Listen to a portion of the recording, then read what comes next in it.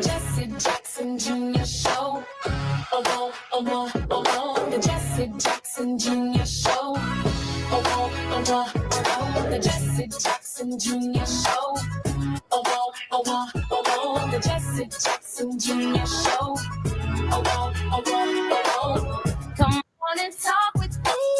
Come on and listen to me. Come on and talk with me. Come on and listen to me. KBLA, Talk 1580, download the app. I'm Jesse Jackson Jr. Welcome forward to the Jesse Jackson Jr. Show on KBLA Talk 1580. There is a lot going on in the news today. Today, the President of the United States is hosting a summit at the new Donald John Trump Institute for Peace, formerly just known as the Institute of Peace, a relatively new agency in Washington, D.C., and he's hosting the leadership of the country of Rwanda and the leadership of the Democratic Republic of the Congo. And, you know, I find it kind of fascinating that for the first 4 years of his administration, he referred to African countries and African immigrants as having come from shithole countries. And yet now he's taking a particular and keen interest in Africa. He really wants a Nobel Peace Prize kind of bad, but behind the ceremonial perception of press, Donald Trump, we already knows what he feels about people of color, particularly African Americans, South Americans, immigrants, and others. I listened very carefully to the press conference today, and often not highlighted when there is still a war taking place between the DRC and the Rwandans in various factions on the eastern part of the DRC, that there is no agreement on stopping the war. The agreement that Donald Trump is after is a critical minerals deal between the two countries. And he spoke, and the press release, and the press has reported, about American businesses that will be going to the Congo because there are critical minerals that they need to drive the American and the global economy. including cobalt and lithium and other things that make our cell phones and our computers work. He doesn't care 1 ounce about the people of the Congo or the Rwandans. And I remember very well when I was in Congress, that normally when these peace deals came about, or trade deals, particularly with Africa or with South Americans, you engaged the Congressional Black Caucus that has relationships with these leaders in these countries that presidents normally don't have. And with those relationships, we always advance and advocate for human rights. That was our struggle over the Africa Growth and Opportunity Act, or NAFTA for Africa. I offered the Human Rights Opportunity Partnership and Empowerment Act as an alternative piece of legislation, given the history of colonialism and colonization, neocolonialism within the continent and on the continent from the more developed nations. I remember a book that I read by Susan Totten when I was in the seminary that talked about world hunger and how the first world nations, the developed nations, extract raw materials from the poor. In Venezuela, oil, they extract and lithium from countries around the world, and then they return to Africa, sometimes, finished products produced in other parts of the world that the people in those countries simply cannot afford. And so the bargain is very, very important to the deals that Donald Trump is talking about. Our very special guest on this edition of the Jesse Jackson Jr. Show is Dr. P.L. De Silva, our regular contributor, who has over 20 years of experience in backroom diplomacy, mediation, negotiation. He's taught politics, international relations, and several graduate and undergraduate programs at universities in New York, New Jersey, Long Island, Queen's University of Belfast, and Northern Ireland. Dr. De Silva is experienced director with a demonstrated history of working in think tanks, industry, academia, at the United Nations, political and military affairs. Dr. De Silva, welcome forward to the Jesse Jackson Jr. Show. Thank you, Jesse. Wonderful to be on the show. Dr. De Silva, you'll have to forgive me if I approach these deals with skepticism. We have a very special guest also that Dr. De Silva has brought on to our program this afternoon. Dr. De Silva, would you be kind enough to introduce our guest? Yes, I am introducing to you Professor of Practice Pamela DeLargy from the Arizona State University. I've known Pam for decades. She is a consummate UN insider. And after she retired from the UNFPA, the Population Fund, she took up this executive position at ASU. But before that, I'll give you a quick rundown of her bio. She's a specialist on global health. She's a professor of practice in global studies and senior advisor to the president and executive director of education for humanity at Arizona State University. It's an initiative to improve access to higher education for refugees, and that's what we'd like to talk about today, and displaced people globally and in the US. Previously, she worked with the UN Secretary General's special representative for migration, Sir Peter Sutherland, and before that, she headed UNFPA's humanitarian work for a decade and worked with global partners on women's health, HIV, adolescent health, and GBV, gender-based violence, in crisis situations, including in peacekeeping settings. And she was in the Sudan. She's a Horn of Africa expert. I need not say more. We have Pam DeLargy on our show, and it's wonderful. DeLargy, welcome to the show. Thank you for having me today. When we come forward, I'm Jesse Jackson Jr., listening to the Jesse Jackson Jr. Show. We're going to have a very interesting conversation today about development in the third world. We have a wonderful guest with Professor DeLargy and P.L. De Silva. More when we come forward on KBLA Talk 1580. While you're stuck in traffic, we can at least bring you up to speed on the news of the day. You're listening to Jesse Jackson Jr. only on KBLA Talk 1580.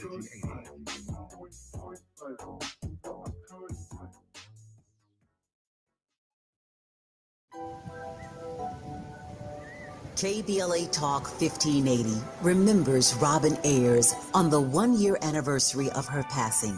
1 year ago this week, we lost a remarkable and vibrant voice.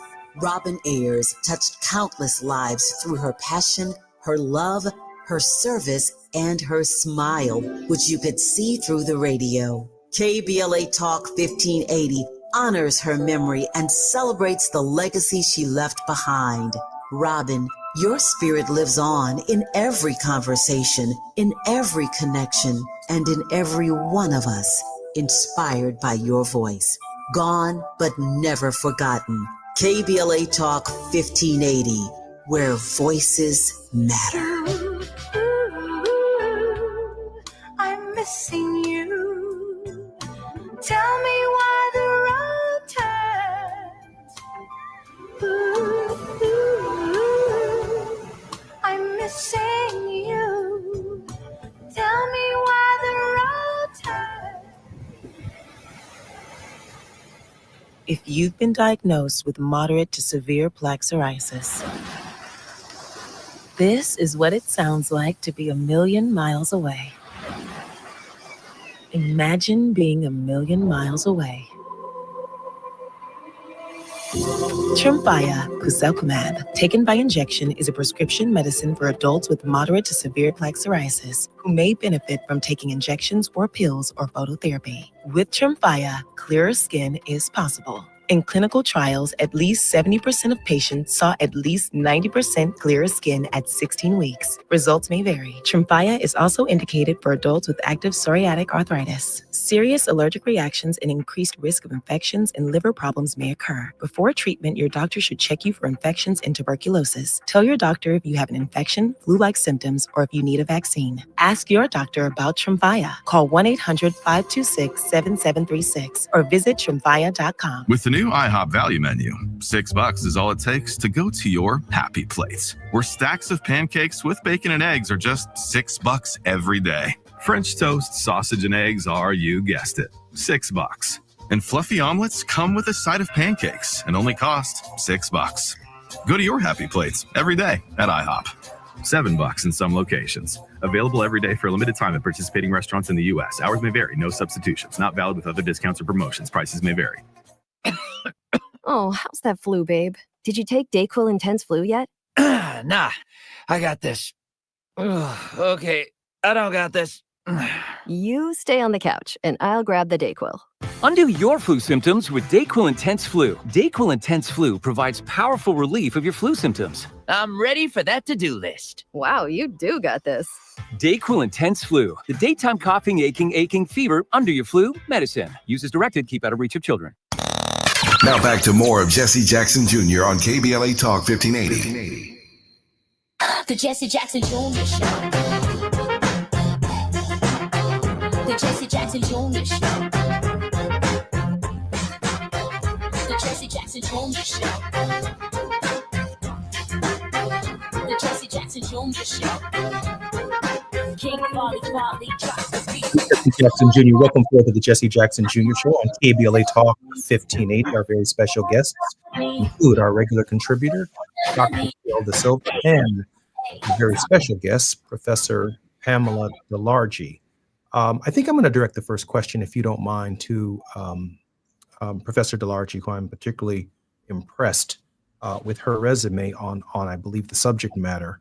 The United States has historically used its massive leverage in peace deals, in trade deals, with the participation of the Congressional Black Caucus, the Congressional Hispanic Caucus, the Congressional Women's Caucus. I know this was a priority of Speaker Nancy Pelosi when she ran the Congress of the United States, to advocate for the education of women, to advocate for maternal birth rates, not only in the United States, but obviously around the world. And these deals, this kind of Monty Hall economic policy of relating to the world, let's make a deal, isn't coming, at least from my perspective, with just 10 months into the Trump administration, with the kind of standards that the United States has historically used in these kinds of negotiations. Very interested, Professor DeLargy, in your insights on the consequences of the present form of diplomacy that I think is undermining participation and in the idea of creating a global citizenry.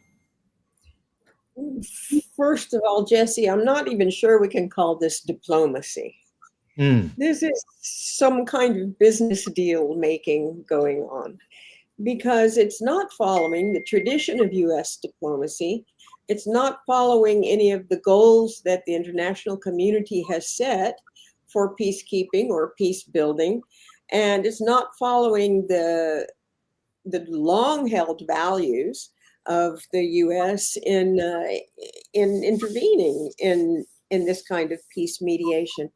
It's quite odd. You know, I was thinking this morning, as three presidents will be sitting there signing an agreement today, but the fighting is still going on in Eastern Congo. Women are still being raped. People are still being killed. Hospitals are still being attacked. It's a disastrous situation. I guess we can only pray that somehow the signing of this will improve things a little bit. But it doesn't. Let's see. The proof is in the pudding, as they say. You know, Professor DeLarge, I couldn't agree with you more. PL, that's exactly what these Monty Hall, Let's Make a Deal. And I grew up in an era when Monty Hall had a famous television show in Chicago called Let's Make a Deal. That's exactly what this is. These deals, if you will, when they were referred to as diplomacy, were carefully thought out measures that indeed took many months, in some cases many years, in order to carefully craft between warring parties in these parts of the world that Donald Trump is trying to take credit for in an overnight grift. Dr. De Silva? Yes, I mean, we are truly living in strange times. I just finished my fall semester on international global governance.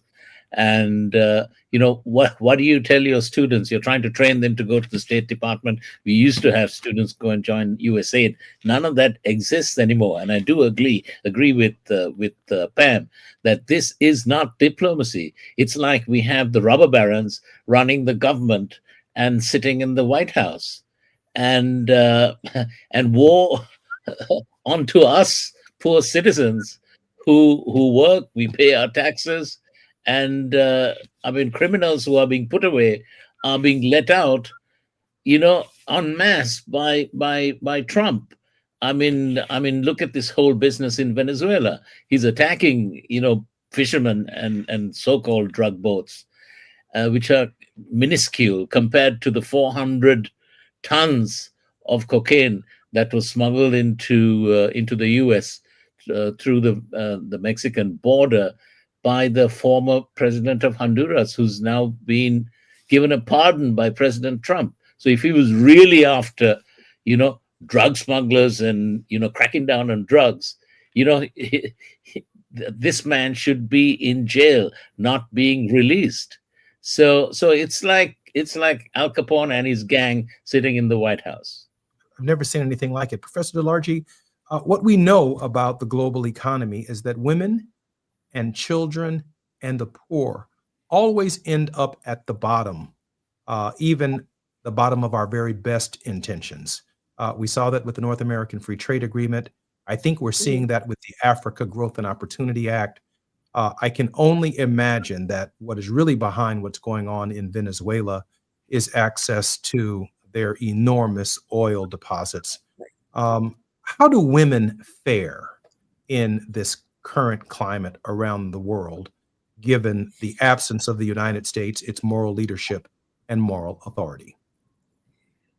You know, despite a long history of U.S. self-interest in international diplomacy, in fact, our country did a lot to try to set the tone about women's rights and about equality and about women's health, about adolescence, about youth, about attention to support for people with disabilities. We really were among the countries leading these efforts within the UN system, within the international community, and within humanitarian response. We led on issues of trying to establish HIV treatment. You think about, and this goes back to the Bush administration for PEPFAR, really thinking about the importance of providing prevention and care for people who were infected with HIV. And it's been quite astonishing to see that within a period of a year, all of this has collapsed with the collapse of USAID, of course, with the withdrawal of assistance to all kinds of support. And even though there was lip service paid early on as they were dismantling USAID, oh no, we're going to keep the valuable programs, we're going to keep the proven programs. It's been a disaster for women's health, for HIV, for reproductive health, for treatment of tuberculosis, or other diseases which are global diseases. So this is not only, pulling the plug on programs that help women and lots of people all around the world, poor people all around the world. It's also pulling the plug on protection from infectious diseases for our own citizens. Because these germs don't stop at borders. Viruses and bacteria don't stop at borders. So it's a very, to me, it's a kind of performative thing. We're going to show the world that it's not our responsibility to help anybody. We're going to show, but we're cutting off our noses despite our face in this regard too. Professor DeLarge, these programs have also gone a long way towards sustaining democratic governments around the world. And in the absence of these programs, the stability of these countries, given that there will be increases in hunger, increases in the spread of disease, increases with wealth being concentrated in a more upward direction within some of these third world, if you will, or developing countries, it doesn't bode well for democracy in these contexts either.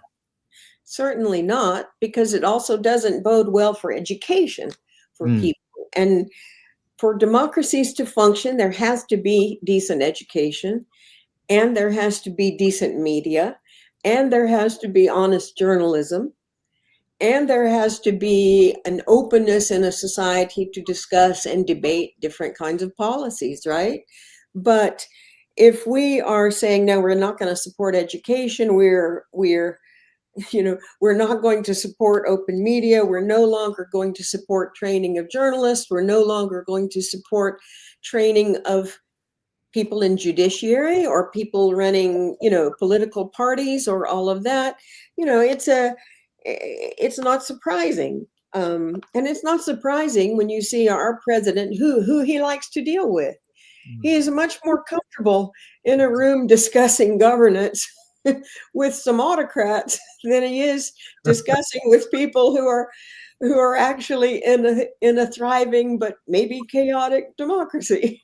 I find it interesting that in light of undermining economically, Dr. De Silva and Professor DeLarge, the quality of life for the average citizen in these countries, that it can only lead, and I know that Professor DeLarge is probably more versed in this than I am, it can only expand the refugee crisis around the world at the same time that there's a resistance increasingly in the first world to even welcome immigrants who might find themselves in refugee status as a result of the undermining of their qualities of lives in their own home countries.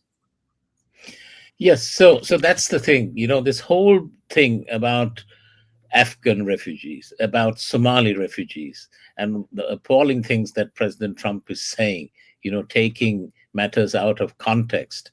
And this was why I was very keen on wanting to hear from Professor DeLarge, because she has been running a program for Afghan women refugees in the last pullout when the US troops pulled out. And she was the custodian of a group of them.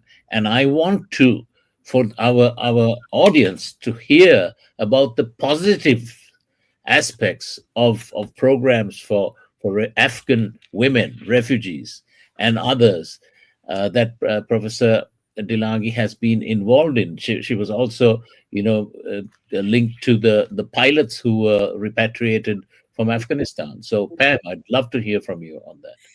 Yeah, I think more broadly, I mean, what Jesse said is right. too, what we are doing is actually only going to increase the number of refugees in the world. But the narrative, being developed by our own administration right now is that all countries should not admit refugees, not only us. He is instructing the European countries that they should stop accepting refugees. He's instructing even Asian countries, no, you should not be accepting refugees. It's quite remarkable as we are increasing the number of refugees. Thank you, PL. I would love to talk about the program that we had at ASU. We had a particular program for Afghan refugees when the Taliban took over and many Afghans had to leave. And I'm finding it interesting in the discussions these days after the shooting of the National Guard last week, which was such a terrible thing, that the whole of Afghan community is being blamed for the actions of one severely mentally ill person, evidently. And we're seeing on a day-to-day basis now practical implications of the blaming and demonizing of this community. The same with the Somali community right now. But it's not only those two communities. This week he's come out with to add to the travel ban now that nobody will be able to come here. I know nobody who's here from 19 different countries who are applying for asylum or who have applied for green cards, suspending all of that. 19 different countries, most of whom have nothing to do with Afghanistan or Somalia, and certainly nothing to do with the terrible tragedy that happened in Washington last week. When we come forward, and that will be at the hard stop at the bottom of the hour, I'd like to hear about your successes, Professor DeLargy, on how these programs should be working in the context of give me your tired, your poor, your huddled masses who yearn to breathe free. I'm Jesse Jackson Jr. You're listening to the Jesse Jackson Jr. Show on KBLA Talk 1580. Our very special contributor, Dr. P.L. De Silva, and Professor DeLargy are our very special guests in this hour. Thank you. The biggest names, the best conversations. You're riding with Jesse Jackson Jr. on KBLA Talk 1580.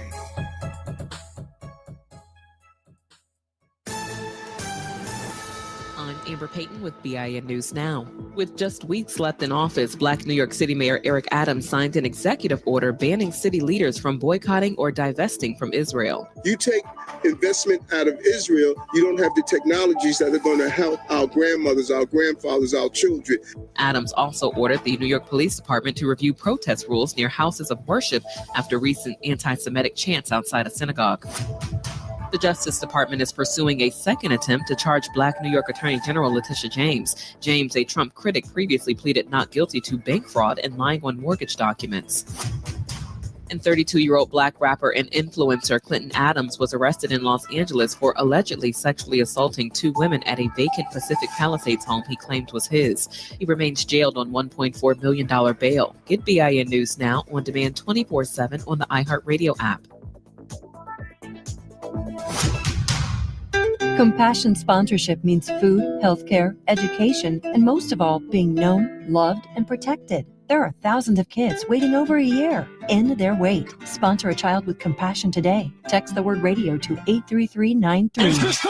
This is the KBLA Sports Minute with Ray Richardson.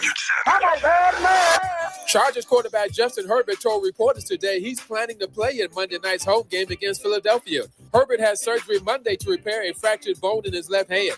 The decision on playing Monday night might not be up to Herbert. Chargers coach Jim Harbaugh and the team's medical staff need to see if Herbert can handle snaps and if he's having any pain on Monday.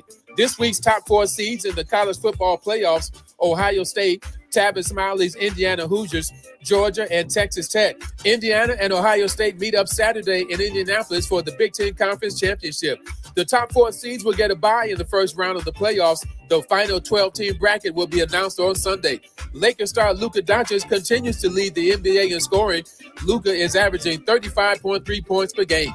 No debates, no speculation, just the info you need. That's your KBLA Sports Minute. I'm Ray Richardson. More news, opinions, and conversation when we come forward on KBLA Talk 1580. Break out the champagne. Everybody get a glass. Tavis Smiley is now ranked number 16 nationally and the highest rated talk show hosted by an African American on the 2025 Talkers Heavy 100 list of the most important talk radio hosts in the nation. Last year, Tavis ranked number 33 and the year before, number 45. The Tavis Smiley Show has rapidly expanded its national syndication to now include nearly 50 radio stations across the country and counting. Congratulations, Tavis. Yeah, yeah, yeah.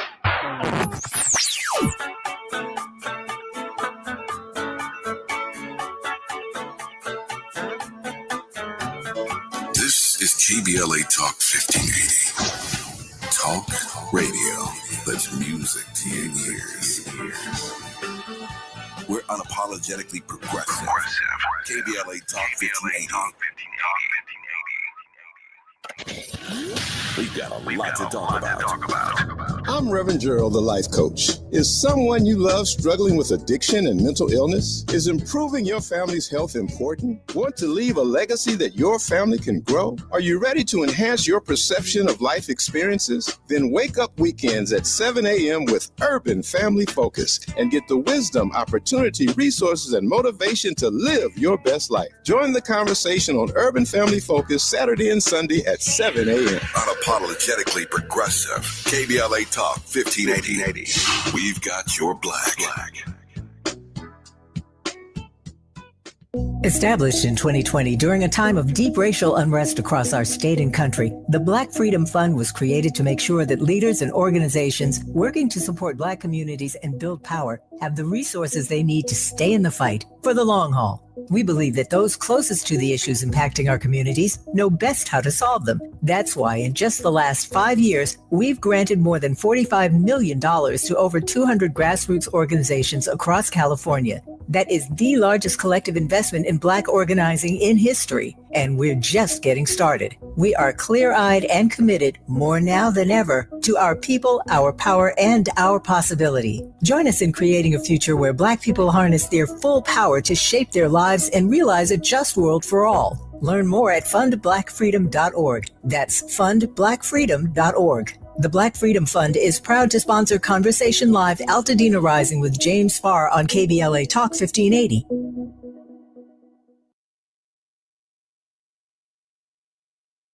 Yeah, y'all, come on. Come to At KBLA Talk 1580, we fight the power every day. Yeah, gotta give us what we want. Gotta give us what we need. Hey. I listen to KBLA and I love the commercials. I know what the commercials mean. I also, if I'm looking and trying to figure something out, I need something to talk to me that might hit me. And it happens on TV because, you know, every time they show a sporting event, they got the pharmaceutical companies back to back telling people how to fix the sickness on the same stuff that they sell them. So we get it. Yep, we get it too, Chuck D.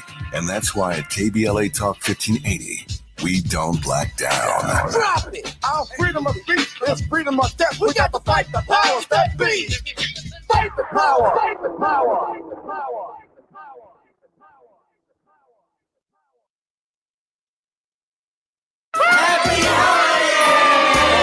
This holiday season, KBLA Talk 1580 wishes you and yours joy, peace, and prosperity. As we celebrate with family and friends, we're already looking forward to an exciting first quarter, packed with must-attend events to kick off the new year just right. In January, join us for our inaugural Brotherhood Brunch, bringing together community leaders, change makers, and everyday people for inspiration and connection. February means it's time for our signature Black History Month luncheon, a powerful celebration you won't want to miss. And in March, Women's History Month, we're once again hosting our State of Black Women in Los Angeles Symposium and Luncheon, addressing the issues that matter most inside our community. From all of us at KBLA Talk 1580, happy holidays. Stay tuned for more details on these incredible upcoming events. KBLA Talk 1580, your voice, your community, your power. You're listening to Jesse Jackson Jr. on KBLA Talk 1580. The Jesse Jackson Jr. Show. The Jesse Jackson Jr. Show. The Jesse Jackson Jr. Show. The Jesse Jackson Jr. Show. King Volley, drop the beat. Come on and talk with I'm me. Jesse Jackson Jr. Welcome forward to the Jesse Jackson Jr. Show on KBLA Talk 1580. It's Talk for both on Thursdays on the Jesse Jackson Jr. Show and worldwide with Dr. P.L. De Silva and our very special guest, Professor Pamela DeLargy. P.L. De Silva is experienced with a demonstrated history of working in think tanks, industry, and academia, the United Nations, political and military affairs. He has also done some extraordinary research, political risk analysis, geostrategy, cultural diplomacy, humanitarian action, and global affairs involving war-affected, deeply divided societies, along with our very special guest, Professor, if you will, Professor Pamela DeLargy, Professor of Practice and Global Studies, a Senior Advisor to the President and Executive Director of Education for Humanity at Arizona State University, the initiative to improve access to higher education for refugees, displaced people globally and in the United States. Professor DeLargy, welcome forward to the Jesse Jackson Jr. Show, and PL, welcome back to the show. Thank you. Thank you. Professor DeLargy, how should the United States and the developed world approach refugee crises under normal circumstances? And by normal, I mean without the leadership that we are presently experiencing here in the United States. You know, it would be a great world if we didn't have any refugees anywhere. Amen. If there were no natural disasters, if there were no armed conflicts that are displacing people right and left. So the first thing to do is try to prevent those displacements. And that is to solve these long-running battles and conflicts throughout the world, Africa, Asia, Latin America, all over the place, that are causing these displacements. It seems like we're not doing a very good job at that, though. So, you know, the international community developed a program over the past, 80 years or so to try to provide protection for people who are displaced. And say, maybe I'm in Congo and I'm affected by the fighting there right now, and I cross the border and I go to Tanzania. Traditionally, government of Tanzania maybe has set up a camp there, takes care of people. The international humanitarian community provides the support for food, for shelter, for schools, etc., for Congolese refugees in Tanzania. The U.S. used to be the largest donor to the UN High Commission for Refugees. That's not happening anymore, and lots of other countries are cutting back their funding too. So UNHCR doesn't have the funds to support people all over the world in camps or in urban areas. The U.S. also traditionally, well, at least over the past 40 years, has had its own refugee resettlement program where they work with UNHCR. UNHCR identifies people for whom it's very difficult to stay in that camp in Tanzania, say, for some reason. Maybe a family, maybe a mother and a young child, maybe somebody with a disability. And the U.S. has offered places in the U.S. refugee resettlement program, which has always been funded and supported on a very bipartisan basis. Every single administration until this one for 40 years has supported U.S. refugee resettlement. And these refugees are vetted, they're interviewed, they come to the U.S., they're helped by a number of what they called resettlement agencies. Sometimes These can be faith-based, Catholic charities, Lutheran social services, Hebrew Immigrant Aid. Sometimes there are others like International Rescue Committee or others. And they were basically hired by the US government to help people settle in. If that person that Congolese refugee who was in Tanzania, for instance, comes to Arizona, then they get helped by an organization here. And traditionally, they've been eligible for certain kinds of benefits, for SNAP, for Medicaid or medical assistance, and for other benefits, but very briefly, sometimes only for 1 or 2 or 3 months, and provided housing until they can get a job and start supporting themselves. So it's been, there's been traditional social support, economic support for early arrivals until they could get employed.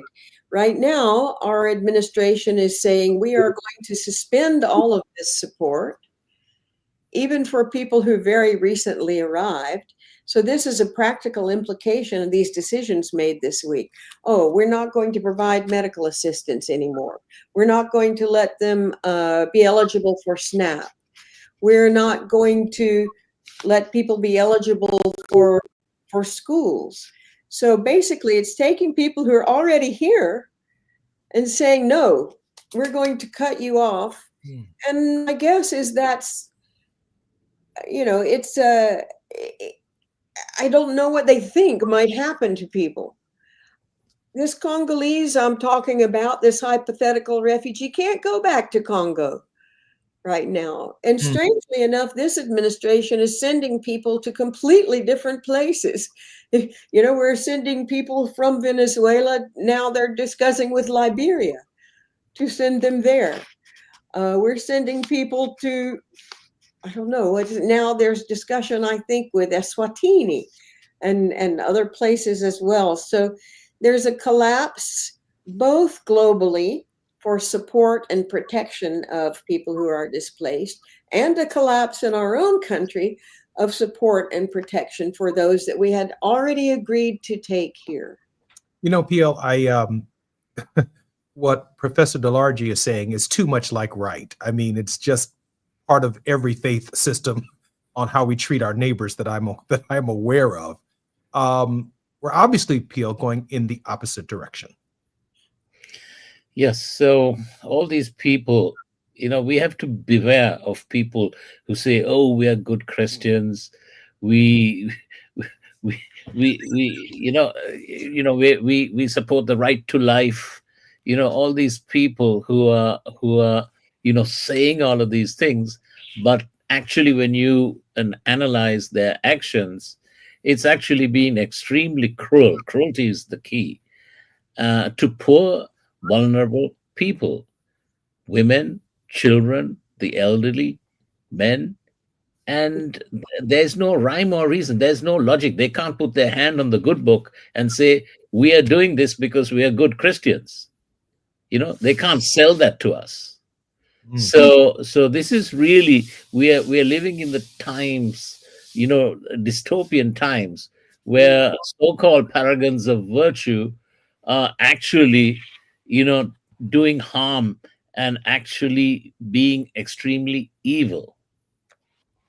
Yeah, there's actually no doubt in my mind about that. We'll be coming up on our break in just a moment.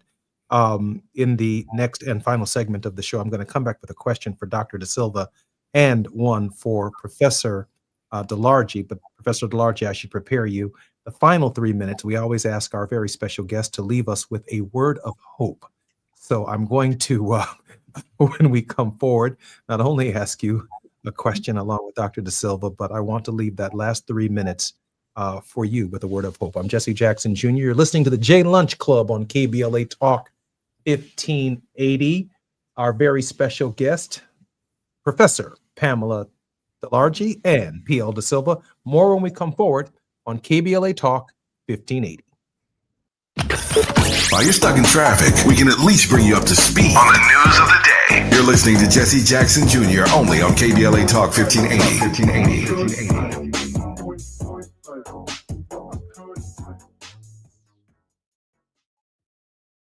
Cedars-Sinai is helping shape the future of Los Angeles, working alongside local communities and showing up with resources and healthcare programs that open doors for people across the city. Through career development programs like Next Gen Healthcare Pathways and partnerships with over 200 organizations like Black Men in White Coats, Cedars-Sinai is educating and empowering future healthcare leaders right here in LA. With access to education, mentorships, and hands-on experiences, we can build a healthier Los Angeles together. Cedars-Sinai, here for LA. Unwrap LA this winter with Metro. Whether you're heading to a family gathering or last-minute shopping, Metro's got you. Enjoy free rides across Metro on Christmas Eve and New Year's Eve. Move with joy. Move with community this holiday season. Go Metro. The holidays mean more travel, more shopping, more time online, and more personal info in more places that could expose you more to identity theft. But LifeLock monitors millions of data points per second. If your identity is stolen, our US-based restoration specialists will fix it, guaranteed, or your money back. Don't face drained accounts, fraudulent loans, or financial losses alone. Get more holiday fun and less holiday worry with LifeLock. Save up to 40% your first year with promo code NEWS. Visit lifelock.com. Terms apply. If a Lenovo computer for your business is on your holiday list, don't shop around. Just go directly to the source, Lenovo.com. It's your last chance to get exclusive deals on the PCs you want for your business, like the ThinkPad X9 14 Aura Edition and Yoga 7i 2-in-1. So avoid all that shopping chaos and price comparing, and just go directly to the source, Lenovo.com, where PCs are up to 35% off. That's Lenovo.com. Lenovo. KBLA Talk 1580. We've got a lot to talk about. KBLA Talk 1580, connecting you with services and solutions. LA County's new Justice Care and Opportunities Department, or JCOD, is here to support justice-involved individuals and their families. The JCOD Support Center is now taking calls at 1-833-LAC-JCOD. That's 1-833-522-5263. Available 7 days a week from 6 a.m. to 11 p.m., the Support Center is your one-stop shop for re-entry issues and court support. They offer court reminders, connections to local services, transportation assistance for housing, court appearances, and childcare. The JCOD hotline provides personalized help to connect you with services that you need. And don't forget to check out justiceconnect.org for more information. Remember, it's free and available every day at 1-833-522-5263. This is a community call to action from KBLA Talk 1580. Lena Bloom for the Bail Project. Imagine you're stuck in a jail cell and you can't afford bail and someone offers you a way out. Just plead guilty and you can go home and kiss your kids goodnight. What do? What thousands have. You plead guilty whether you are or not. Cash bail makes poverty a crime. That's why the Bail Project helps those who can't afford it while fighting to end cash bail. Because freedom should be free. Brought to you by the Ad Council. It's never too early to start talking about money in realistic ways with your kids. JP Morgan Chase navigates how to educate your kids now about creating long-lasting, healthy money habits. Whether your kids are in elementary school, high school, or college, now is a great time to start a conversation about ways to create healthy money habits as they grow, ultimately benefiting their financial future. Talking about money in a realistic way to support your kids' lifestyle and dreams, your first banking account geared towards high school or college. It's never too early. Explaining the basics, what you earn and what you spend, building financial confidence starts with getting organized. Learning and practicing vital money skills now will stay with them for life. Tools they will have to stay on top of their finances and achieve their goals. This segment is sponsored by JP Morgan Chase.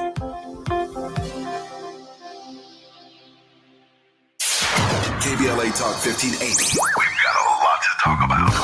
KBLA Talk 1580 is committed to self-care and community well-being. Walk Good LA was formed in June 2020, inspired by the Black Lives Matter movement and the beginning stages of the COVID-19 pandemic. What began as a few minutes of breath work and yoga meditation before protests against police brutality turned into a safe space for the community to heal in hard times. The immensely positive response from the community transformed the momentum into a movement. Today, Walk Good LA is a Black and Brown-led community wellness organization based in Los Angeles. They provide spaces for healing through community yoga classes, guided meditations, hikes, run clubs, and other activations throughout Los Angeles that attract hundreds of members weekly. With the help of Propel and Michael B. Jordan, they now have a yoga and wellness studio in Los Angeles called the Walk Good Yard. To join their mailing list and connect with healing spaces, please visit walkgoodla.org. That's walkgoodla.org.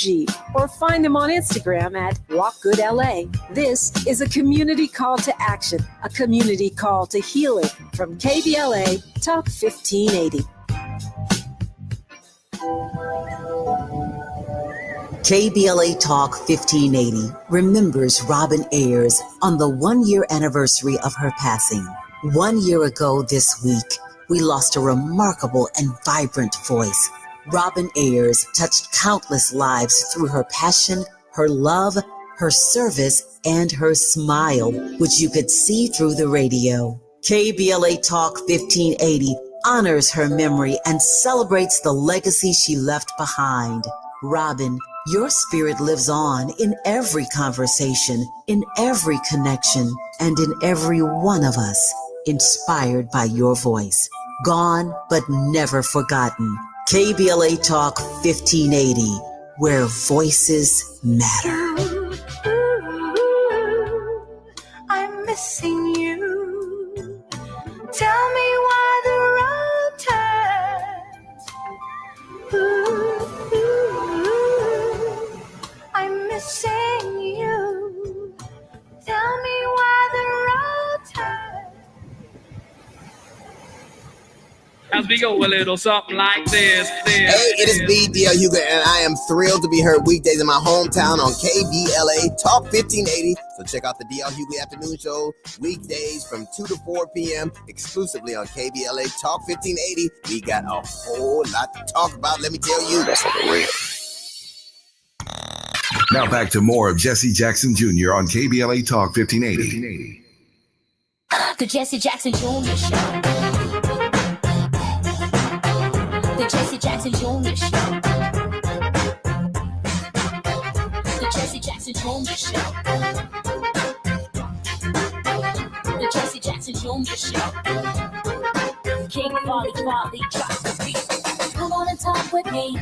I'm Jesse Jackson Jr. Welcome forward to the Jesse Jackson Jr. Show. And what has been a rich first hour with Worldwide with PL De Silva on Thoughtful Thursdays. Our very special guest has been Professor Pamela DeLargy. I do have a question that I'd like to ask of both Professor De Silva and Dr. De Silva. Both are professors, Professors De Silva and DeLargy. I wonder, what does the future of the world's displaced and refugees actually holds? I in this moment during the break, I thought that the future holds, by definition, more war, more rape of women, more genocide, more disease, more destabilization, and that's just a short list of what will take place as these industrialized nations begin to close their borders, and we begin in the industrialized world to strip them of their critical minerals. The only thing we want from them is what is under their feet, the bargaining chip that makes their society sustainable. Let me start with Professor De Silva, because I do want our word of hope and the answer to the question from Professor DeLargy. PL? Right. So the thing is this. I think it behooves all of us to listen to the executive director of the World Trade Organization, Dr. Ngozi. She gave an interview recently and has explained that even though the White House would like to extract resources and things like that. What has happened on the trade front is that the tariffs have pushed away many countries that used to do business with the United States. And these countries are now coalescing and working more with China, India, and other countries that want to do global trade without having these crazy ad hoc tariffs. So the larger propensity of countries are now trading not with the US, but with other countries like China, India, Europe, etc. And that is a sea change. And though if they think that that these critical minerals are going to save the US auto industry, they're wrong. The people who are making these decisions in DC are wrong, because it takes years for you to get the supply chain and to get it up to speed. And in the meantime, China has 70-80% of all critical minerals are controlled by China. So that's where they have a hold on the US, and they're not going to give that up without concessions, significant concessions from President Trump. So whatever he may say with regard to Africa, with regard to Venezuela, with regard to Afghans, Somalis, etc., the world is moving away from the US. Professor Delarchi, your word of hope. I think that I still have faith that most people in this world are good people.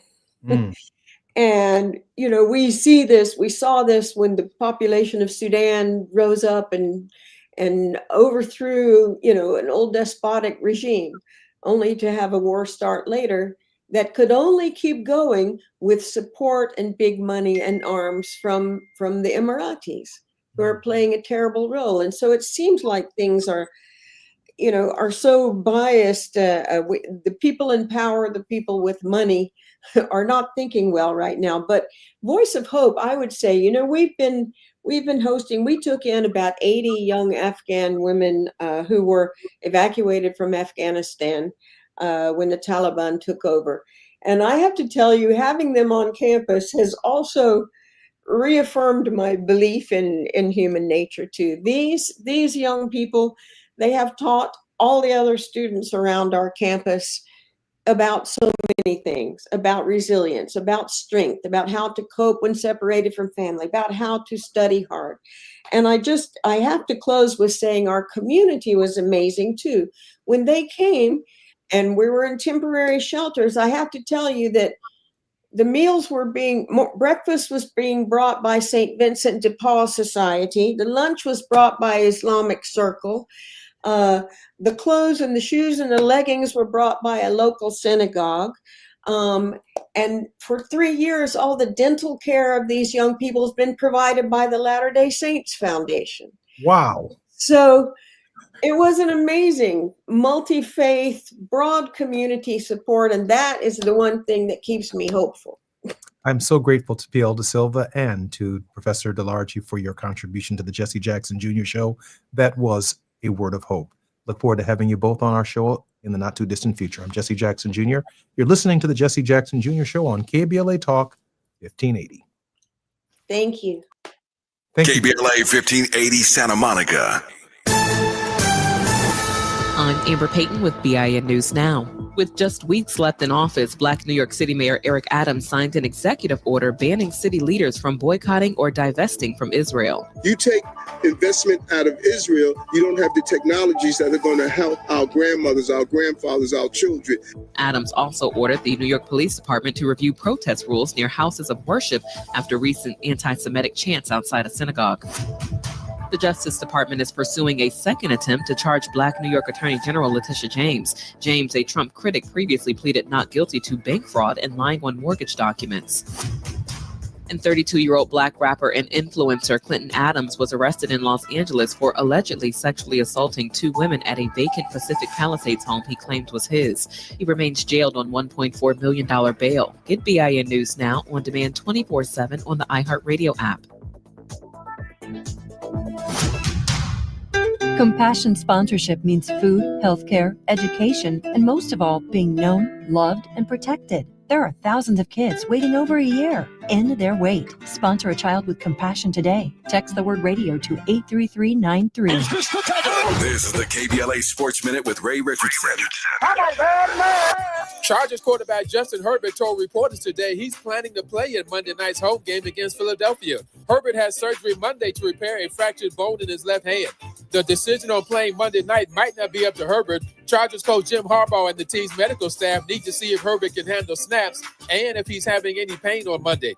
This week's top 4 seeds in the college football playoffs: Ohio State, Tabitha Smiley's Indiana Hoosiers, Georgia, and Texas Tech. Indiana and Ohio State meet up Saturday in Indianapolis for the Big Ten Conference Championship.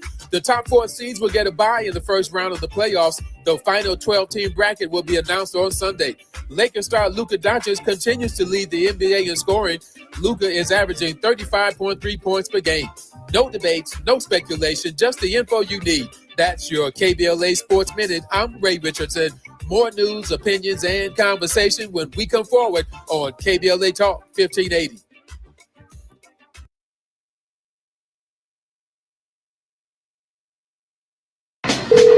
At the tone, please record your message. You ready? Drop it! Mr. Tavis Smiley, preach it. Thank you, man. Politics in this country is crazy. You put things in perspective that even I didn't. The right is playing fast and loose with facts and scapegoating everyone under the sun, especially black and brown people. As a white man, I do not agree with this, and I am on my black and brown brothers and sisters' side. Fight the good fight. You know that I am part of the resistance. Let's fight the power. Our freedom of speech is freedom of death. We got to fight the powers that be. KBLA Talk 1580. We've got your black.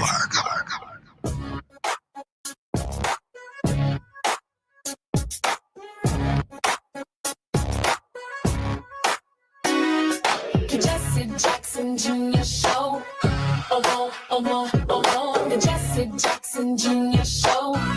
Oh, oh, oh, the Jesse Jackson Jr. Show. Oh, oh, oh, the Jesse Jackson Jr. Show.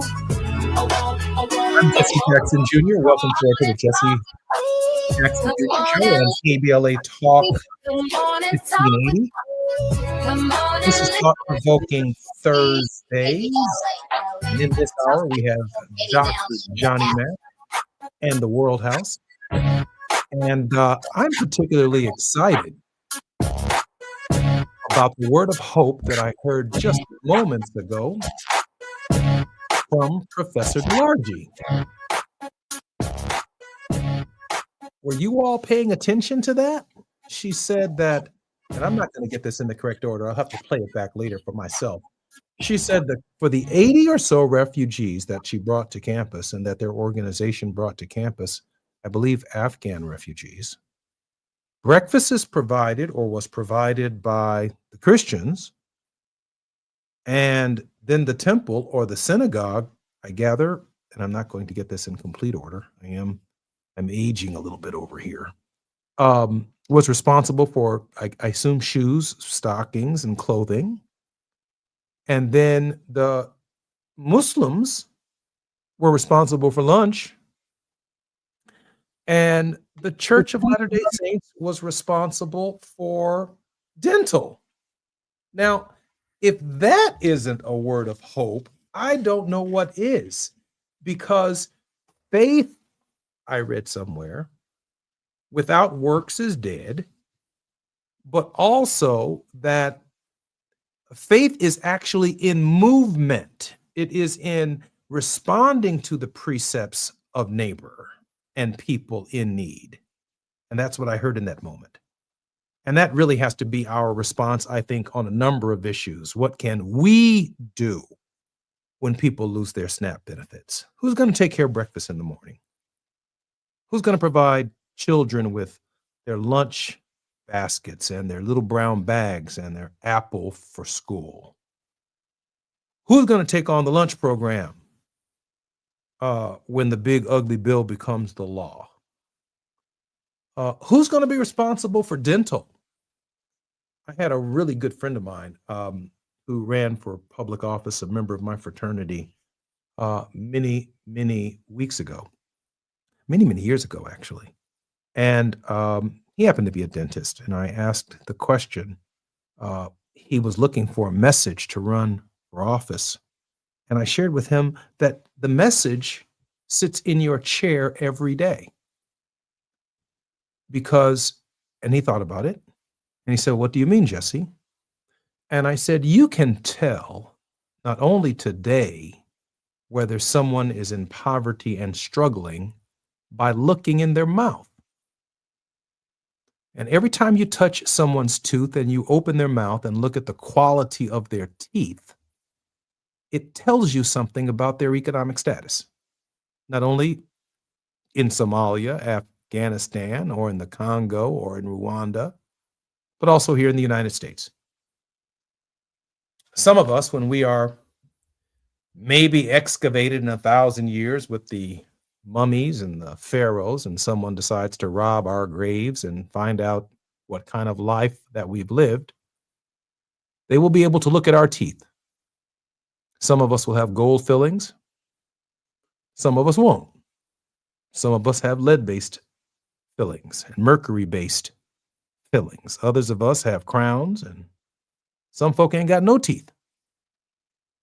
Some folk have just a couple of teeth in their whole head.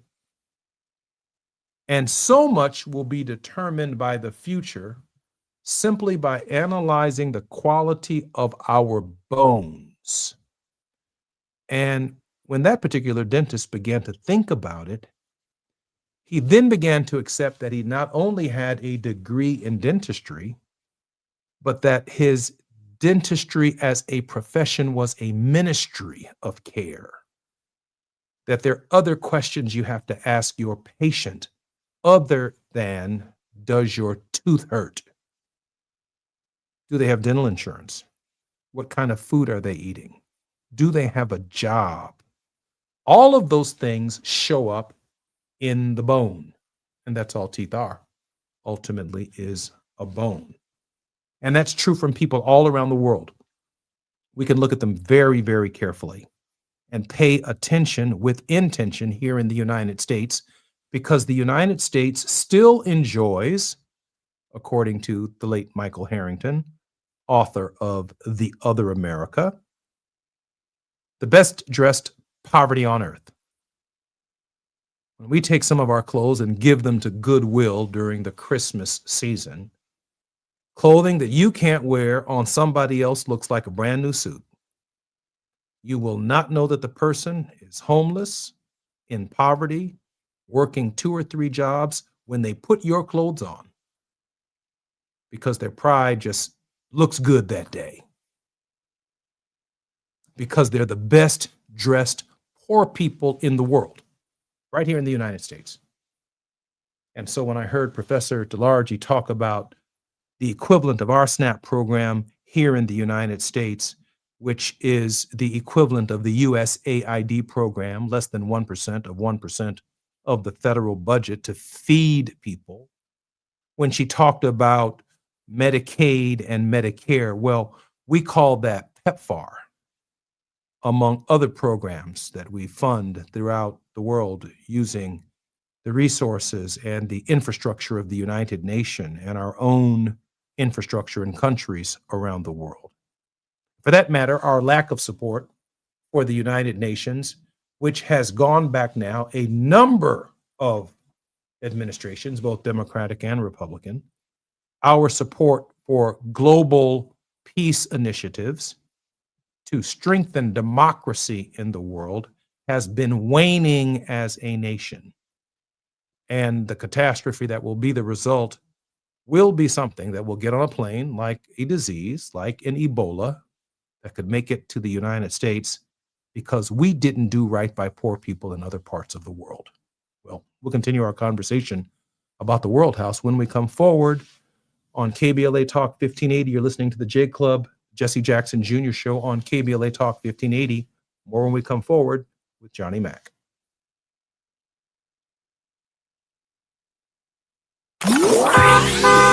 It's afternoon drive time with Jesse Jackson Jr. Only on KBLA Talk 1580. The holidays mean more travel, more shopping, more time online, and more personal info in more places that could expose you more to identity theft. But LifeLock monitors millions of data points per second. If your identity is stolen, our US-based restoration specialists will fix it, guaranteed, or your money back. Don't face drained accounts, fraudulent loans, or financial losses alone.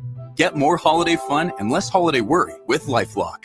Save up to 40% your first year with promo code NEWS. Visit lifelock.com. Terms apply. If a Lenovo computer for your business is on your holiday list, don't shop around. Just go directly to the source, Lenovo.com. It's your last chance to get exclusive deals on the PCs you want for your business, like the ThinkPad X9 14 Aura Edition and Yoga 7i 2-in-1.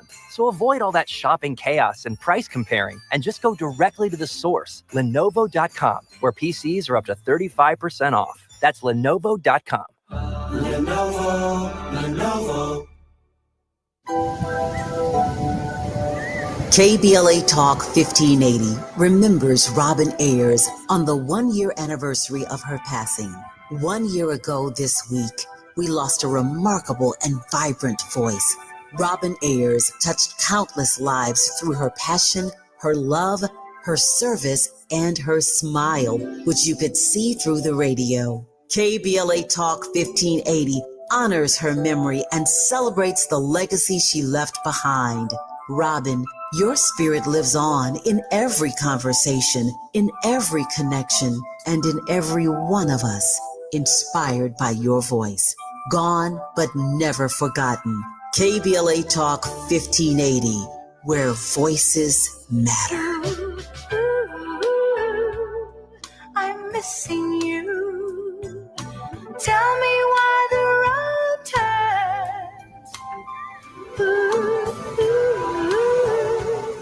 I'm missing you. Tell me why the road turns. If you've been diagnosed with moderate to severe plaque psoriasis, this is what it sounds like to be 1,000,000 miles away. Imagine being 1,000,000 miles away. Tremfya Guselkumab, taken by injection, is a prescription medicine for adults with moderate to severe plaque psoriasis who may benefit from taking injections or pills or phototherapy. With Tremfya, clearer skin is possible. In clinical trials, at least 70% of patients saw at least 90% clearer skin at 16 weeks. Results may vary. Tremfya is also indicated for adults with active psoriatic arthritis. Serious allergic reactions and increased risk of infections and liver problems may occur. Before treatment, your doctor should check you for infections and tuberculosis. Tell your doctor if you have an infection, flu-like symptoms, or if you need a vaccine. Ask your doctor about Tremfya. Call 1-800-526-7736 or visit tremfya.com. Now back to more of Jesse Jackson Jr. on KBLA Talk 1580. The Jesse Jackson Jr. Show. The Jesse Jackson Jr. Show. The Jesse Jackson Jr. Show. The Jesse Jackson Jr. Show. King Quality drops the beat. Come on and talk with me. Come on and listen to the me. Come on and talk with me. Come on and listen to the me. KBLA Talk 1580. Download the app. I'm Jesse Jackson Jr., listening to the Jesse Jackson Jr. show. It's Thursdays, thought-provoking Thursdays, and the World House with none other than Dr. Johnny Mac. Johnny, welcome forward to the Jesse Jackson Jr. show and to your show. World House. Hi, Johnny. Hi, Jesse. Good to be here and looking forward to our discussion. Johnny, I don't know anyone, and I hope you'll allow me a little latitude to deviate from our traditional conversation, but it is as Kingian as anything we've ever discussed, and that is the World House itself. Now, just a few short years ago, Donald Trump referred to African nations as shithole countries. Yeah. That's what he said now. Google it. I'm not just talking shit. He called them shithole countries. And he wanted to send Africans back to their countries, which I found, I think many people around the world found particularly offensive. Let's just call it globally offensive, right? But today, at the newly named Donald J. Trump Institute for Peace, which was the Institute for Peace in Washington, D.C. By the way, it's a magnificent building that is essentially on the Mall in Washington, D.C., that works towards solving conflicts around the world. He met with the leadership of Rwanda and the leadership of the DRC, the Democratic Republic of the Congo. Mhm. And I believe, Johnny, that our king would have definitely turned his attention to the world's poor. He definitely did do that. He had far more respect for what Africa had been through, what South Americans and the people of the Caribbean had been through. But he also had a position in Vietnam with respect to the industrialized conflict that was taking place there at the expense of the poor. In fact, Muhammad Ali said he wasn't going to fight in that war because of he'd never been called a nigger by a Viet Cong. So he wasn't going to kill no man who found himself in the same position that he was in. Hmm. Now, this is the same world that Muhammad Ali lived in, and it's certainly the same world that Martin Luther King Jr. lived in. But when I see Donald Trump hosting two African leaders at the so-called Institute of Peace, while the war continues to rage between the DRC and the Congo, between the DRC and the Rwandans, no peace initiative on the ground, but somewhere in the document that they signed, once again, is nothing short of a rape of Africa. Critical minerals. He talked about business deals.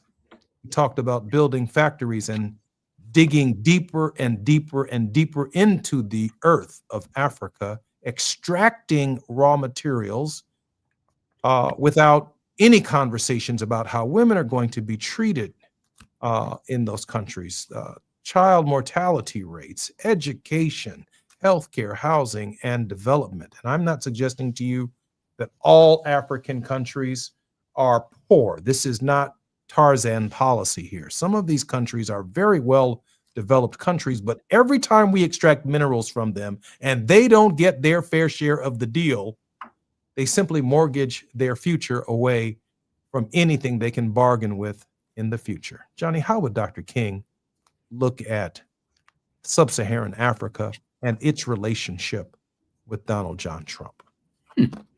Well, of course, King's whole basis and premise for a new world order and the World House is a place where all humanity realizes their full potential.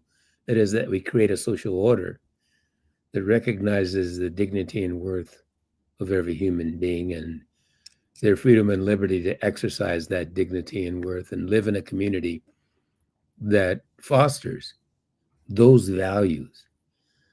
Now, the question then becomes what values applied in striking the deal between Rwanda and the DRC. Of course, those familiar with the conflict understand the tragedy, particularly in the DRC, of the conflict over those minerals. And much of the DRC's problems center around it being arguably the most resource-rich in minerals country on the African continent, rivaling arguably any in the world. 85-90% of all the minerals needed in today's economy are found in the DRC. And so the deal that was struck, I followed it a bit. I was in the DRC just last month or 6 weeks ago, maybe. The deal that was struck, as you mentioned, Jesse, I hope I'm not running out of time here. This is a really important question. No, you're in great integrity to the bottom of the hour. Take your time, Johnny. That DRC deal And it really is more about the DRC than it is about Rwanda. The DRC, I don't know how much larger, but it is significantly larger in population and geographic area than Rwanda, though Rwanda arguably is a much more developed country. But that deal is all about, as you mentioned, the resources in the DRC, and they are huge. It's a bit disappointing. But as you also mentioned, Jesse, the deals that are struck on the African continent too often, most often, don't benefit the general populace of those countries, but benefits a very small segment of that population, and very often only its leadership. I don't make any accusations regarding this current deal with Tshisekedi, the president of the DRC, or Kagame, the president of Rwanda. I'll let time be the judge of what their interests were. But King, to answer your question again more directly, would evaluate this deal based upon the values that inform and instructed the deal that was struck. It's hard to imagine that the women and children of particularly Eastern Congo, which is where the conflict is principally, will be benefited by this deal. And so only time will tell, and we'll have to look closer at it. And that we must do. We must do what King is not now here to do. We must examine closely this deal, and not only this deal, but all the deals that are taking place. And they are many, Jesse, you probably know. Many deals taking place on the African continent, and not only there, but throughout the globe, that are personally benefiting those making those deals. And how do we respond to them? It's shameful, Johnny. And I want to help our community here understand the point that you made a little bit earlier, and that if there ever was a mythical Wakanda, home of the Black Panther, that little piece of the continent that had the little shield over it that locked the outside world because it had everything, the Democratic Republic of the Congo is that place. They are the most mineral rich and diverse mineral rich nation on earth. And if the Congo had reached the kind of development that the first world enjoys, that is the developed world, the Congo itself could feed the entire continent. If it were as developed as the United States or any other European nation.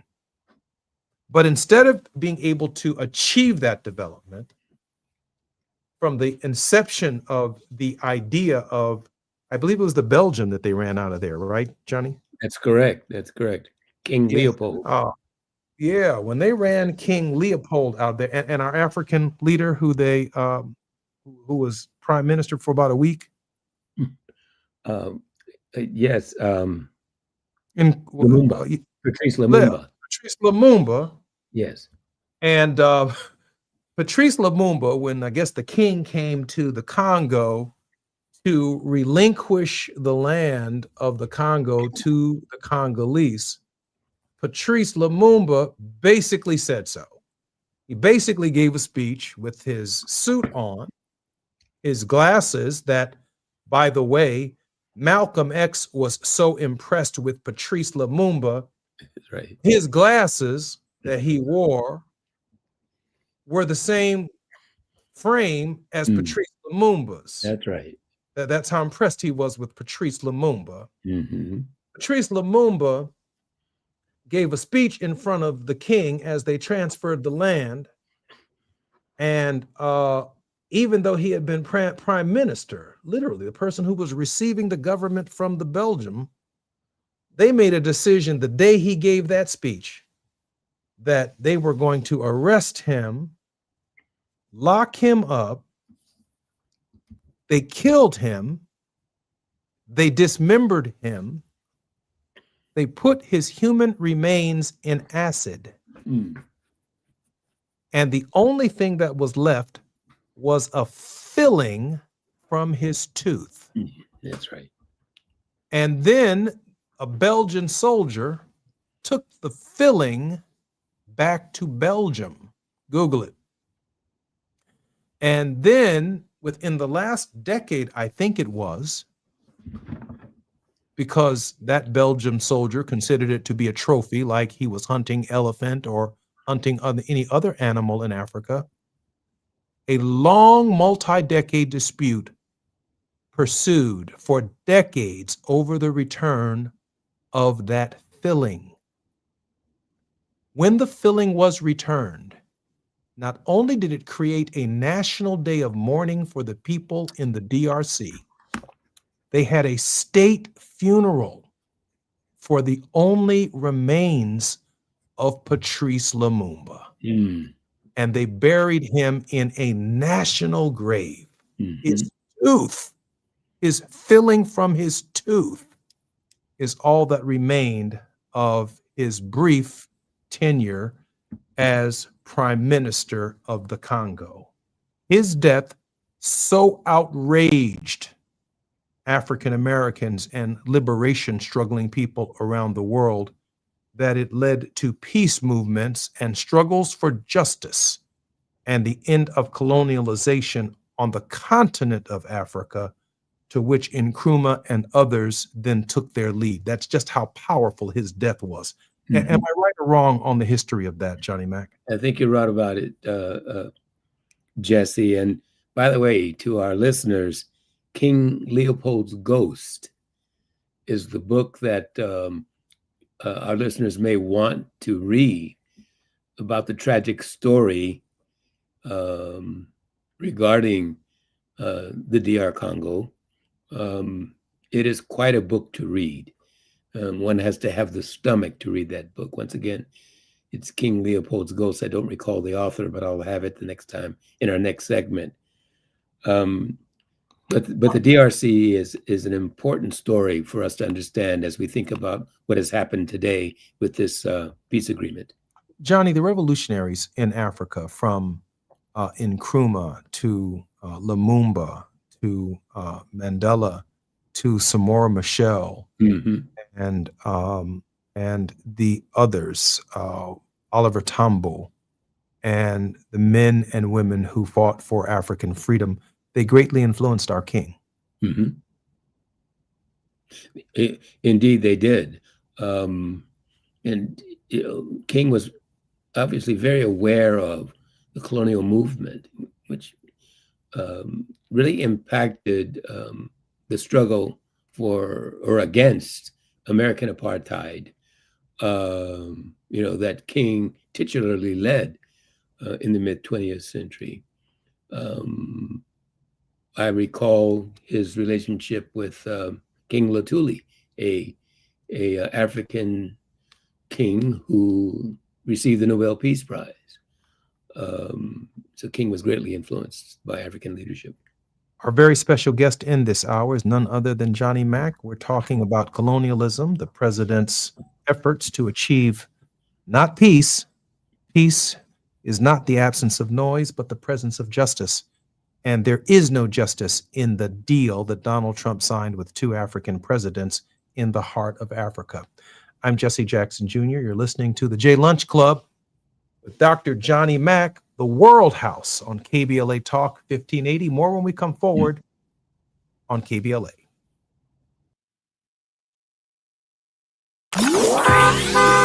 It's afternoon drive time with Jesse Jackson Jr. Only on KBLA Talk 1580.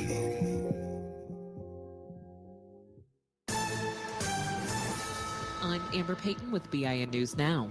President Trump oversaw a U.S. brokered peace deal Thursday between the Democratic Republic of Congo and Rwanda, ending what he called a decades-long war. Millions and millions of people have been tragically killed. Went on forever. Both leaders joined him in Washington, D.C., where Congo is also expected to sign a minerals and infrastructure deal. Two black men, Robert Primus and Alvin Brown, say their firings by President Trump from federal transportation boards were discriminatory. They were the only black members on their respective boards and have filed lawsuits. And a new report on 2024 hate crimes in Los Angeles is set to be released Thursday. Last year's data showed a 45% increase. The LA County Human Relations Commission tracks incidents by race, religion, gender, and more, with ongoing spikes in hate crimes against Black residents, Jews, Muslims, Hispanics, LGBTQ people, and women. Get BIN News Now on demand 24/7 on the iHeartRadio app. Compassion sponsorship means food, healthcare, education, and most of all, being known, loved, and protected. There are thousands of kids waiting over a year. End their wait. Sponsor a child with compassion today. Text the word radio to 83393. This is the KBLA Sports Minute with Ray Richardson. Chargers quarterback Justin Herbert told reporters today he's planning to play in Monday night's home game against Philadelphia. Herbert has surgery Monday to repair a fractured bone in his left hand. The decision on playing Monday night might not be up to Herbert. Chargers coach Jim Harbaugh and the team's medical staff need to see if Herbert can handle snaps and if he's having any pain on Monday. This week's top 4 seeds in the college football playoffs: Ohio State, Tavis Smiley's Indiana Hoosiers, Georgia, and Texas Tech. Indiana and Ohio State meet up Saturday in Indianapolis for the Big Ten Conference Championship. The top 4 seeds will get a bye in the first round of the playoffs. The final 12-team bracket will be announced on Sunday. Lakers star Luka Doncic continues to lead the NBA in scoring. Luka is averaging 35.3 points per game. No debates, no speculation, just the info you need. That's your KBLA Sports Minute. I'm Ray Richardson. More news, opinions, and conversation when we come forward on KBLA Talk 1580.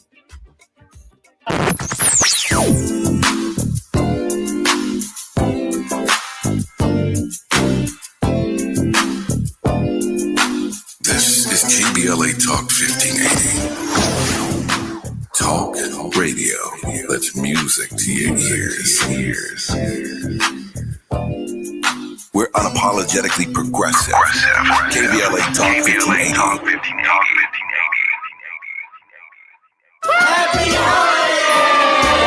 This holiday season, KBLA Talk 1580 wishes you and yours joy, peace, and prosperity. As we celebrate with family and friends, we're already looking forward to an exciting first quarter, packed with must-attend events to kick off the new year just right. In January, join us for our inaugural Brotherhood Brunch, bringing together community leaders, change makers, and everyday people for inspiration and connection. February means it's time for our signature Black History Month luncheon, a powerful celebration you won't want to miss. And in March, Women's History Month, we're once again hosting our State of Black Women in Los Angeles Symposium and Luncheon, addressing the issues that matter most inside our community. From all of us at KBLA Talk 1580, happy holidays. Stay tuned for more details on these incredible upcoming events. KBLA Talk 1580, your voice, your community,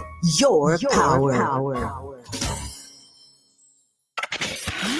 We've got a lot to talk about.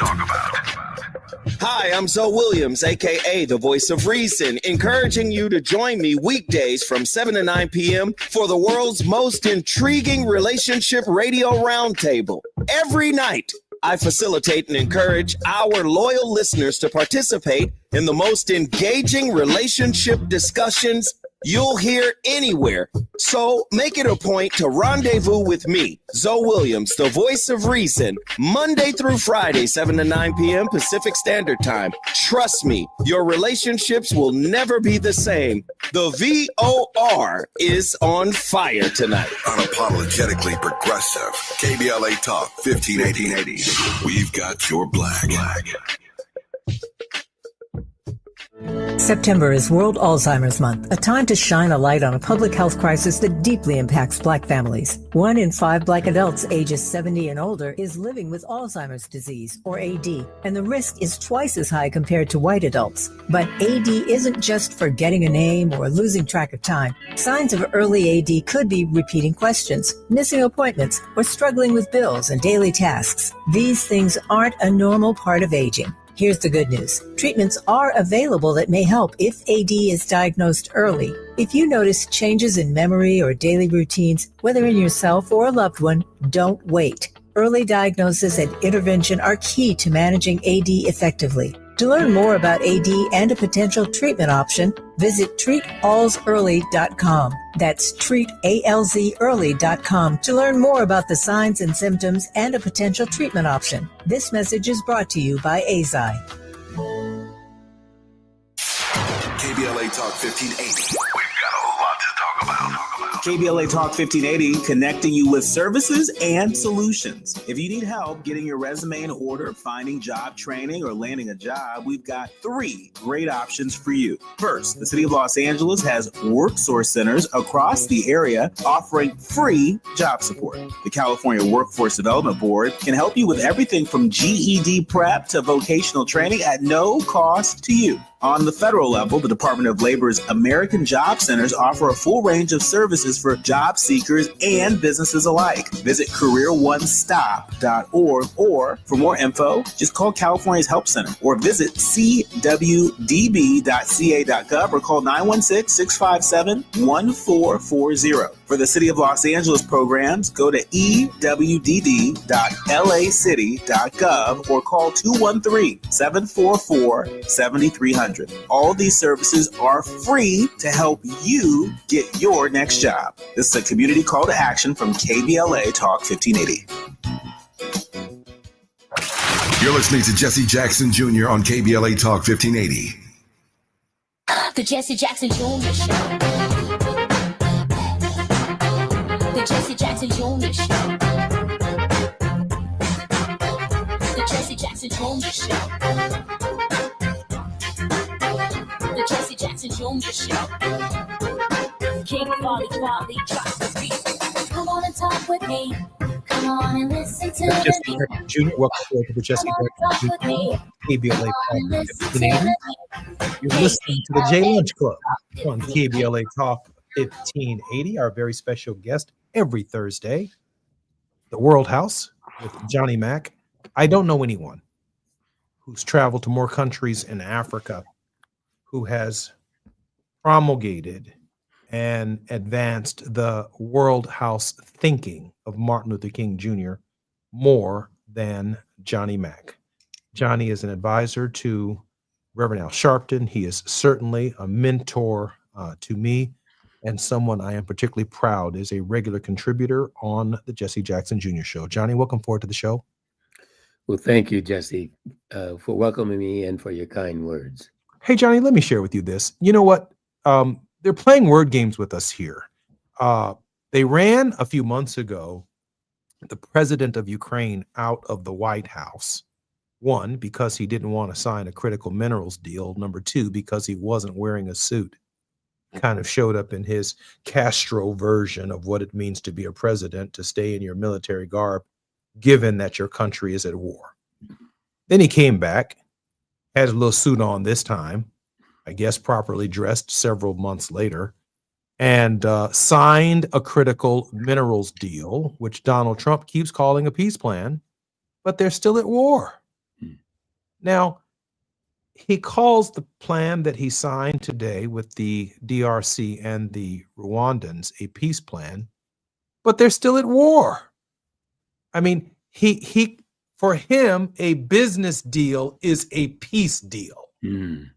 Dr. King, I can only imagine Johnny would be particularly offended by this use of marketing, by this use of the English language, and the immoral use of really, I'm going to say it again, probably get myself, man, they are raping these poor countries in these negotiations of their futures. There is no Rwandans coming to the United States to dig deep within our soil looking for critical minerals, and we do have them here. No one from the DRC is coming here digging deep into our soil to get more minerals, or that's not what we ever trade off as Americans. But in their countries, we want their natural resources. Yeah, you know, Jesse, it's so tragic how we narrate these stories about ourselves and about other peoples. And just think about this, Jesse. The conflict, as I'll call it, between the Belgians and people of the Congo was about a 13-year event. It was indeed what one might call the Congolese Holocaust. No different from, well, certainly different in process from the Jewish Holocaust of approximately the same period of time, 12, 13 years. The Jewish Holocaust was 1933, I guess, to 1945. The Belgian Holocaust, 1885 to somewhere around 1908. About the same length of time. Interesting period of time. The Jewish Holocaust, 6 million Jews. The Congolese Holocaust, somewhere between 10 and 15 million African Congolese suffered from the Holocaust perpetrated upon those people by the Belgians. We also talked about Patrice Lumumba at the end of that Holocaust, if we can call it the end, and the fate that he realized in his death. And who is implicated in that? You mentioned the Belgian, but it's not just the Belgian.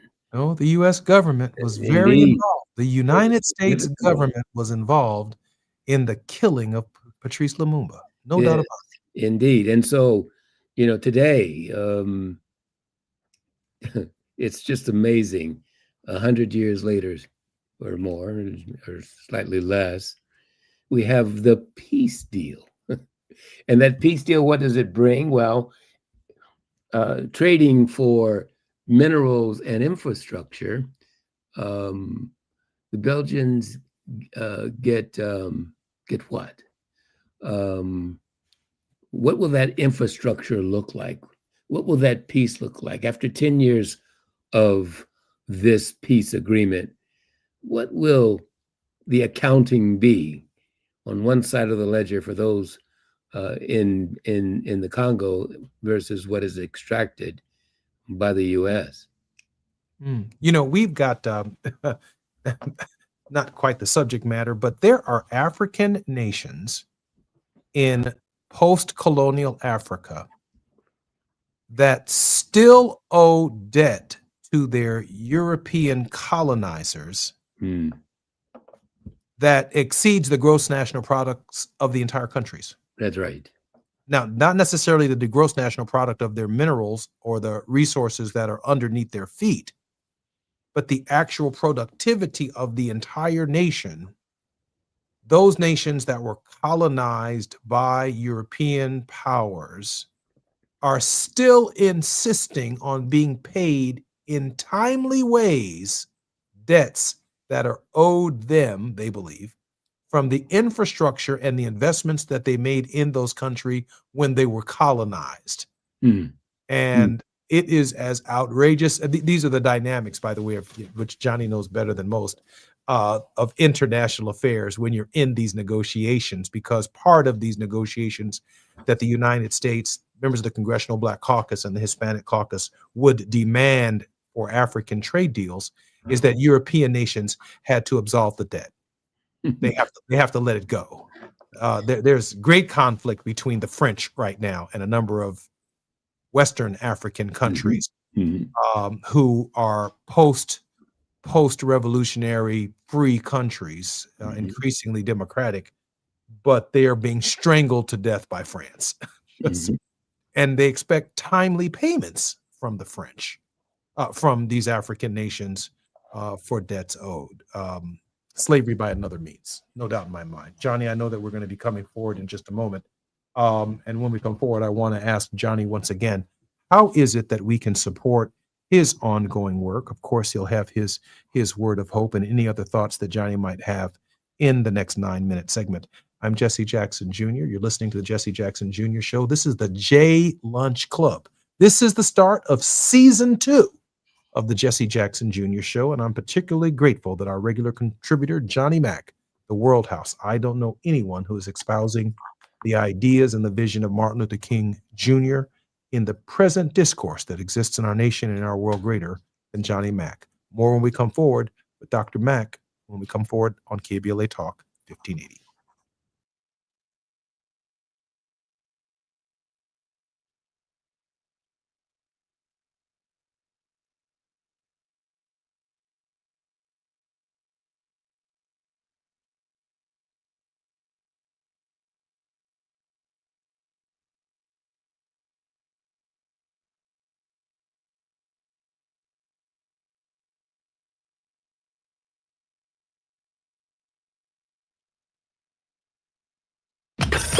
While you're stuck in traffic, we can at least bring you up to speed on the news of the day. You're listening to Jesse Jackson Jr. only on KBLA Talk 1580.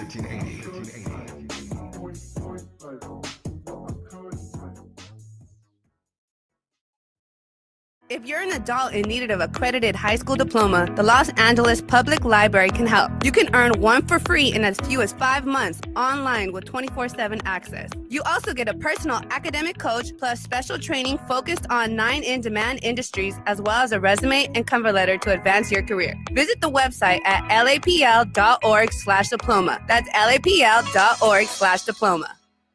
An official message from Medicare. Couple more minutes and we'll start this month's book club. You know, I usually love a plot twist, but this year I'm comparing my options during Medicare open enrollment.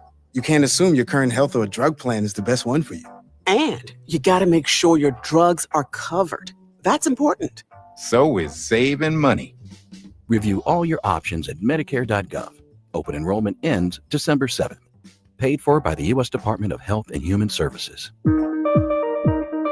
JP Morgan Chase offers tips for the local business owners in 2025. Small business landscape is ever changing, and the Los Angeles market is no exception.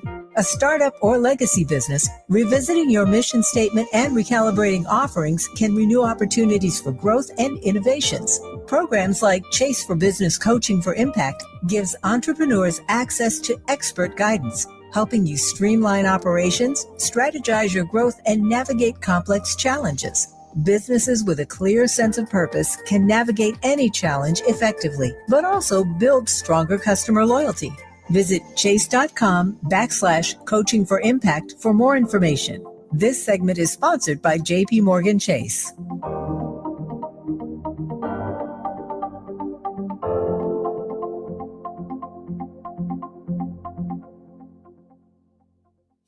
If you love to travel, Capital One has a rewards credit card that's perfect for you.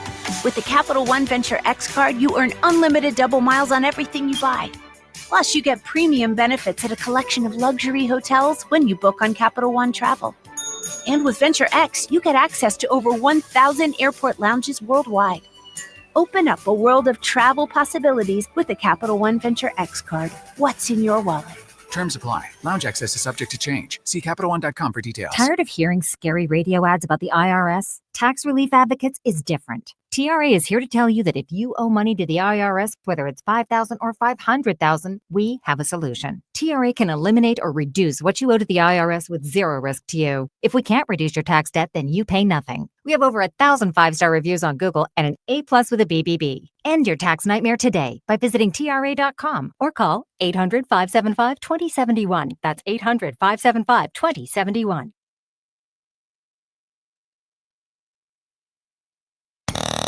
Now back to more of Jesse Jackson Jr. on KBLA. The Jesse Jackson Jr. Show. The Jesse Jackson Jr. Show.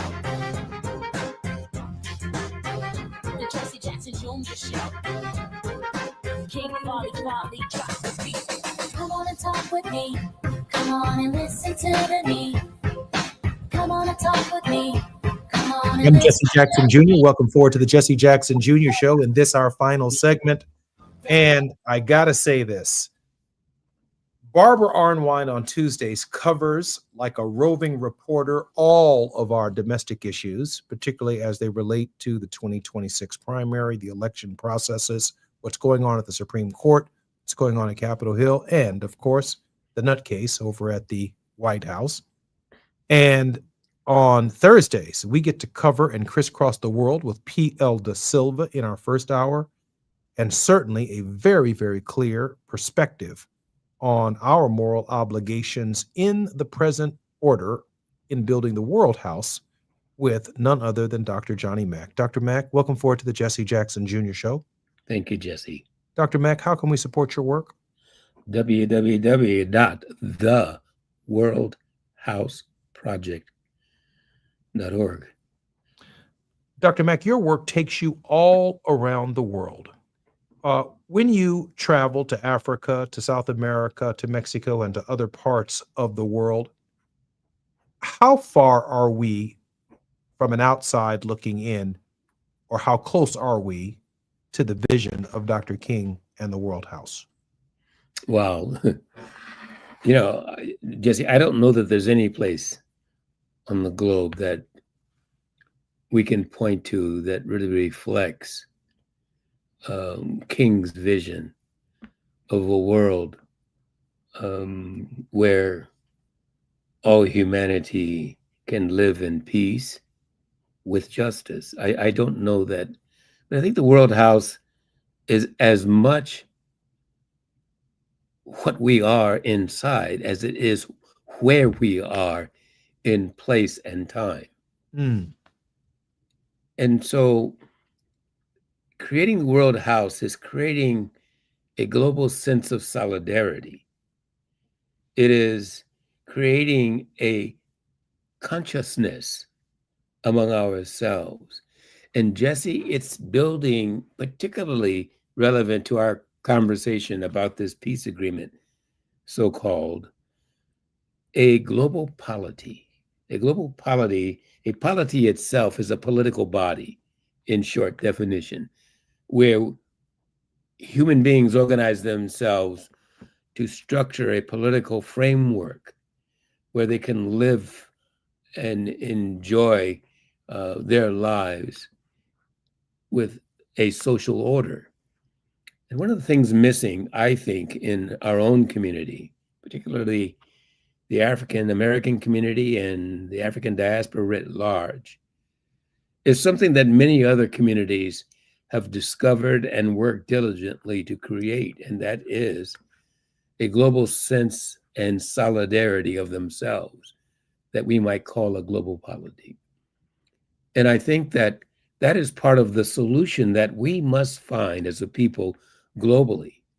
If you think about other groups, we've talked about this before, but other groups have that sense of self as a people, not simply based upon the color of our skins or the origin of our ancestors, but our sense of self and our commitment to ourselves to build a global network that looks out for itself. And Jesse, somehow we must find the ways and the means of creating such a polity. And I think that's the hope that we must look to as a people. Johnny, I heard you say that the revolution of values is both a personal struggle. If you want to make the world a better place, take a look at yourself, make that change. But then I also heard you address this question of a global polity and a human, a consciousness that has to sweep over the deep, if you will, a spirit over the deep to change the way we actually think, feel, and see about humanity, not just our neighbor, not just our American friends, but humanity generally. Now, I raise that point because I'm thinking that the League of Nations or the United Nations, at least at its conception to avoid war, was conceived as somebody where we would get to meet people from around the world and have these conversations. But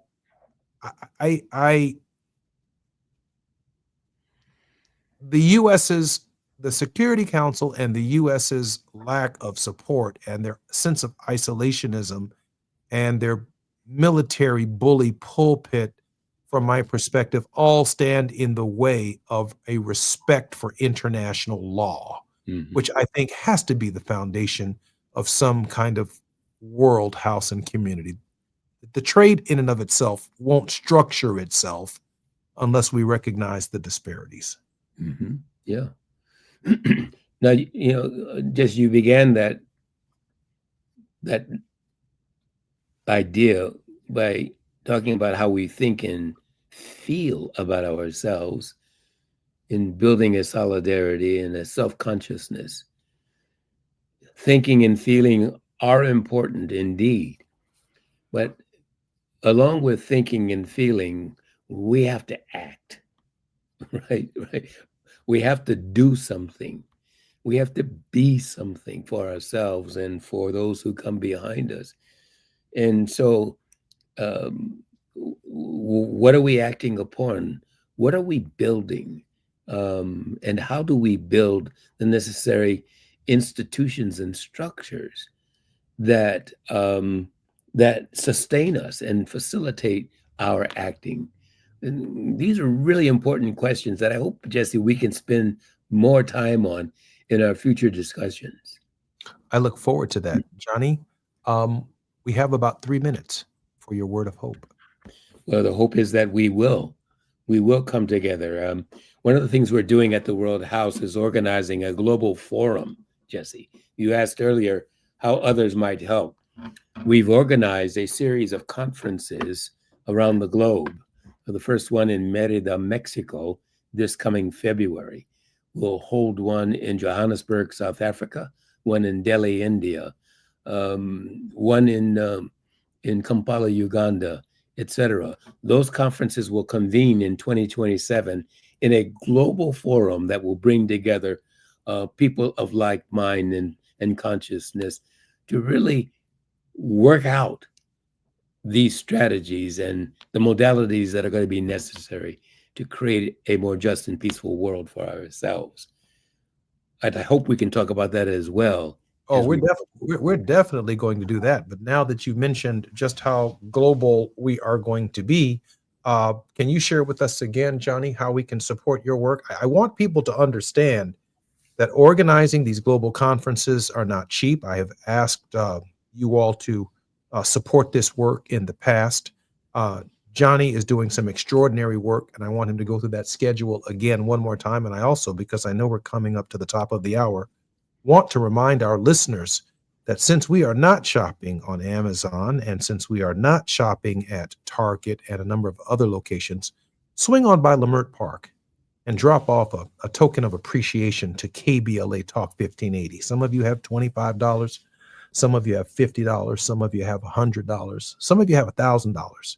You're getting rich programming from Dominique DePrima, rich programming from Tavis Smiley. We'd like to think our programming is rich, and Brother D.L. Hughley as well as Zoe are providing amazing content on this show.